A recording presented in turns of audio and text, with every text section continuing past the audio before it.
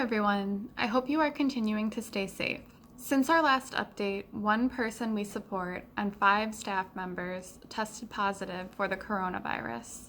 One person we support and 9 staff members who previously tested positive have recovered, while others are continuing to experience symptoms or need to quarantine longer. We have received numerous inquiries about whether or not our visitation policy will be revised, given that a large number of people we support and staff have been vaccinated. We will begin to address these questions today.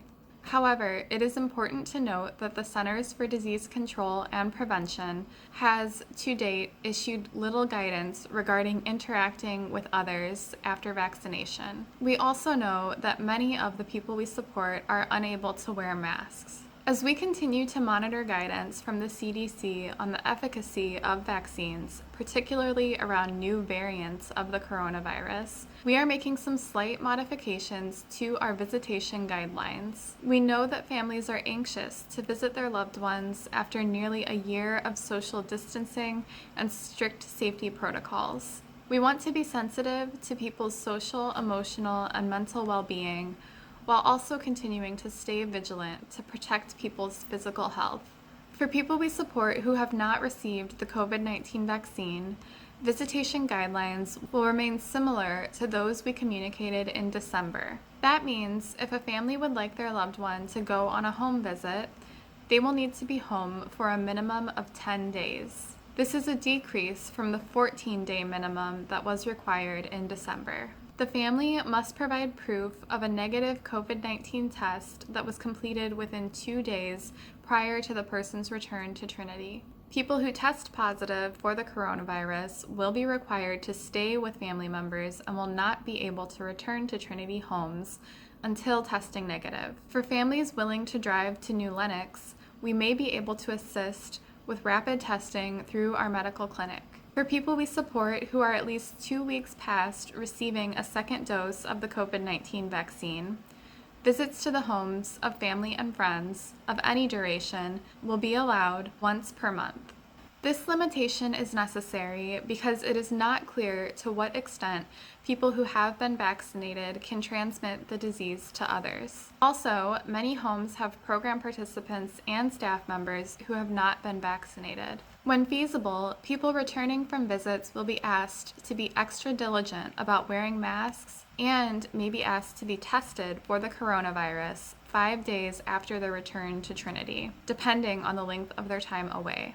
Parameters for outdoor visits remain unchanged. To arrange a visit, please contact your network director to work out the details. There may be additional rules regarding visitation that Trinity must follow for certain homes, such as the Trinity Living Centers, which are regulated by the Illinois Department of Public Health. We hope that we can relax the guidelines for visitation for program participants who have been vaccinated. We await further guidance from the CDC. The safety and health of people we support continues to be our number one priority. If your loved one has not been vaccinated and you would like them to be, please contact your network director and we will do our best to make this happen in a timely manner. There are currently 2 staff members who volunteered to shelter in place at 2 group homes for the next 2 weeks to keep people as safe as possible. Other heroic staff members recently came out of stay-in-place shifts. We are so grateful to all staff members who've made this sacrifice throughout the pandemic. This week, curriculum and materials regarding goals were distributed to residential locations. People talked about goals that are important to them and how they can work to achieve those goals, did various crafts and activities, completed a goal planning exercise to think through what they want to do with the upcoming week, discussed information they would want to share with people in their lives to build stronger relationships, and more. Also this week, people played games like Valentine's Bingo and Spades, made St. Patrick's Day crafts, and celebrated birthdays. People also received Tada Awards for various achievements. Wilfred received an award for adapting to a move and being kind to his housemates, both new and old. David received an award for being kind and respectful to a new roommate. And Buck received an award for being kind to a visitor. At Trinity's school program, vocational students worked on art projects for Geography Week.